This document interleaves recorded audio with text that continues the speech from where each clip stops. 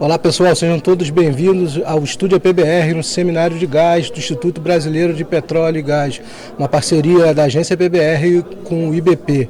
A gente está recebendo aqui agora o presidente do IBP, Roberto Ardengue. Ardengue, obrigado pela gentileza de estar aqui com a gente. Primeiro dia do Seminário de Gás, muitas pautas, né, muitas discussões. Como é que o IBP está vendo as discussões para o mercado de gás e a agenda prioritária para o gás natural em 2023?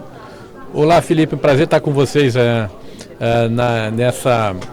no seminário de gás. Nós estamos na 20ª edição do seminário e a própria quantidade de participantes já dá uma ideia do que nós estamos fazendo e discutindo aqui. Foram 740 pessoas que se inscreveram no nosso seminário, um número recorde em todas as nossas edições. Então, isso acontece porque esse segmento, né, o segmento de gás natural, está em enorme expansão e abertura no Brasil, né? Nós temos hoje, primeiro, uma quantidade muito grande de agentes econômicos que estão começando a atuar nesse mercado. Então, eu falo desde o ponto de vista da produção, do transporte, da distribuição e do consumo.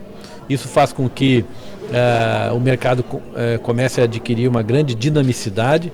Nós temos investimentos sendo anunciados importantes também no setor de óleo e gás. Hoje mesmo tivemos aqui a confirmação do investimento da Equinor junto com a Repsol, com a Petrobras no BMC 33. Temos os investimentos previstos pela Petrobras em Sergipe, né, no Sergipe Águas Profundas. Temos também o desenvolvimento da Rota 3, né, que vai finalmente ser confirmado para o ano que vem, 2024. Então só isso vai fazer com que a gente aumente a oferta de gás natural em quase 60 milhões de metros cúbicos. É claro que parte desse gás ele será utilizado para substituir o gás que hoje está em diminuição em algumas outras campos de petróleo e de gás, né? Mas a grande maioria disso será oferta nova. Então, esse debate que a gente está tendo no Brasil sobre aumentar a oferta de gás, ele está se tornando realidade. E agora nós temos que trabalhar para que esse gás chegue a um preço também competitivo ao consumidor final. Ardengue, a gente tem algumas discussões que são importantes para o mercado de gás, discussões políticas, discussões regulatórias, que acabam influenciando a tomada de decisão para o investimento. Como que vocês estão vendo essa agenda para 2023? O que a gente pode imaginar de importante de discussão para os produtores, para os transportadores de gás, para os consumidores também? No final das contas, não adianta ter um mercado sem o consumidor, para que o mercado caminhe bem em 2023 e que a gente consiga garantir investimento. Então, Felipe, fazendo um pouco de história, né? Em 1998 o Brasil tomou a decisão de abrir o seu mercado para a produção de hidrocarbonetos para agentes que não a Petrobras, né? Então, a partir daquele momento, pouco a pouco o mercado foi se abrindo. Hoje nós temos 48 empresas, tanto nacionais quanto estrangeiras, produzindo petróleo no Brasil, além da Petrobras. É um número já bastante significativo, mas o gás, inicialmente, ele era uma espécie de patinho feio, né? Sim. Muitas vezes, quando havia uma descoberta de gás, as pessoas ficavam preocupadas. Poxa, é gás, não é petróleo, né? Hoje essa realidade mudou totalmente, né? Então, nós conseguimos aprovar em 2021, depois de uma longa discussão no Congresso, uma lei específica para o gás, porque o gás tem características específicas, né? Ele é uma molécula gasosa, então ele tem que ser ou transportado via um duto ou liquefeito e depois retornado à fase gasosa. Então tudo isso envolve uma estrutura logística muito complexa, uma indústria de rede, como a gente chama. Não adianta você ter gás aqui se o teu consumidor está a 2.000 quilômetros de distância e você não tem infraestrutura para transportar aquela molécula, seja uma infraestrutura para levar por duto, seja talvez por forma líquida, onde você tem que colocar aquele gás a menos 163 graus. Então é um gasto muito grande de energia, então tem uma complexidade técnica muito grande, né? Por conta disso, a lei do gás veio primeiro estabeleceu um marco regulatório importante, né? Mas não acaba por aí o desafio, né?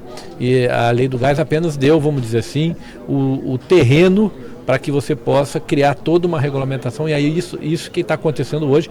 A ANP tem feito um enorme esforço. Eu quero reconhecer aqui o trabalho da Agência Nacional do Petróleo, no sentido que é de petróleo, gás e biocombustíveis, no sentido de aprimorar essa legislação, criar os mecanismos de troca e de relações comerciais, né?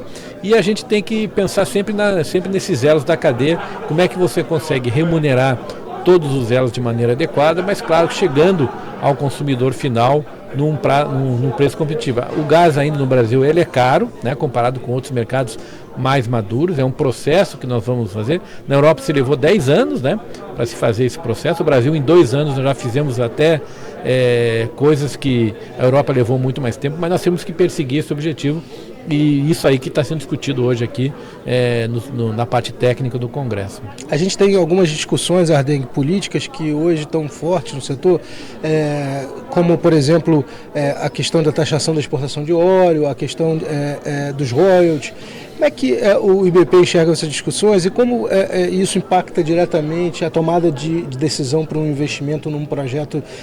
Os projetos de óleo e gás, a gente está falando de projetos de 30 anos, às vezes até mais. A gente está vendo aí a revitalização da Bacia de Campos com projetos que vão produzir por mais de 50 anos, né? Como é que essas discussões afetam diretamente a tomada de decisão desses investidores? É verdade, Felipe. Eu estava aqui, você falando, estava me lembrando que tem campos no Recôncavo que estão produzindo há 80 anos, né? Então, e tudo isso ele vai mudando ao longo do tempo, porque a característica da produção desses campos ele vai mudando à medida que eles vão ficando mais maduros, né? Então, o que a gente propugna, defende e procura mostrar, né, aos tomadores de decisão é que essa indústria é uma indústria que é muito dependente da estabilidade regulatória, né? Estabilidade contratual. O contrato que foi assinado tem que ser cumprido, né? Então, mudanças de última hora e mudanças assim inesperadas, eles não beneficiam o investimento, né? E a gente tem que lembrar que no setor de óleo e gás, nós não estamos disputando o mercado entre uma empresa e outra, nós estamos disputando o mercado entre países, né? Então você tem aqui do lado, por exemplo, a Guiana, onde há uma grande descoberta de petróleo, né, na chamada Foz do Amazonas, né, e que nós estamos inclusive dentro do IBP tentando sensibilizar as autoridades no sentido de autorizar um trabalho exploratório do lado brasileiro dessa mesma bacia, porque se foi descoberto petróleo lá na Guiana e também no Suriname, né, por que não pode ser descoberto no Brasil? Não é produzir o petróleo ainda lá, é apenas descobrir se há ou não a ocorrência de hidrocarbonetos. Então a gente acha que é legítimo para o povo brasileiro que se tenha o conhecimento da geologia do subsolo para depois tomar decisão estratégica se vai se continuar a produção ou não, ou se vai se optar por outra solução. Mas conhecimento sobre a geologia brasileira é fundamental nesse processo. A proposta do IBP é que a gente faça um poço exploratório, se tiver uma descoberta a gente faz uma discussão de país, se a gente vai querer continuar ou não. Exatamente, o Brasil é um país ainda que tem muitas bacias sedimentares, nós somos ainda pouco explorados. O trabalho exploratório, como a gente chama no Brasil, ainda é muito pequeno comparado com outros países. Então, nós temos que fazer o trabalho exploratório, descobrir se há ou não a ocorrência de hidrocarbonetos e depois se tomar a decisão estratégica, uma decisão mais de Estado, se nós vamos continuar a produzir petróleo, em que condições. O que eu posso te dizer hoje é que o Brasil tem não só uma produção de petróleo importante e crescente, mas também uma produção de petróleo descarbonizado. Hoje o petróleo brasileiro é um dos petróleos mais descarbonizados do mundo por uma questão de tecnologia. Aí vem a importância, inclusive, da cláusula de pesquisa e desenvolvimento que existe nos contratos tanto de concessão quanto de partilha, que estimulam as empresas a investir em pesquisa e desenvolvimento. Você vê que em 2006, quando foi feita a primeira perfuração no pré-sal e foi descoberto o petróleo, todo mundo dizia que aquilo ali era impossível de produzir petróleo pela questão da dificuldade logística, pela profundidade. Nós estamos falando de uma lâmina d'água de mais de 2.000 metros, né? Alta pressão, você pode imaginar o que é um equipamento que tem que trabalhar a 2.000 metros de lâmina d'água. Além disso, 7 quilômetros, 7.000 metros de profundidade, né, para se chegar ao hidrocarbonetos, e todo mundo achava que aquilo ali era impossível. O fato é que a tecnologia, e grande parte dela desenvolvida no Brasil, com esse recurso da cláusula que a gente chama PID, foram objeto de uso para fins de desenvolver uma tecnologia que é própria e que o Brasil hoje é líder mundial em pesquisa de petróleo e produção em águas ultraprofundas. E a avaliação, Ardengue, é que a indústria de petróleo tem tecnologia suficiente para mitigar os riscos desse tipo de atividade. Uma campanha exploratória na Foz, por exemplo, pode ser tranquilamente mitigada pelas tecnologias que a indústria de óleo e gás tem no Brasil e no mundo. Sem dúvida, eu sempre digo que todos os dias o Brasil produz 3,5 milhões de barris de petróleo, todos os dias. À meia-noite de hoje, nós teríamos produzido 3,5 milhões de barris de petróleo e teremos transportado 390 milhões de litros de combustíveis para todas as cidades e municípios brasileiros, do Oiapoque ao Chuí.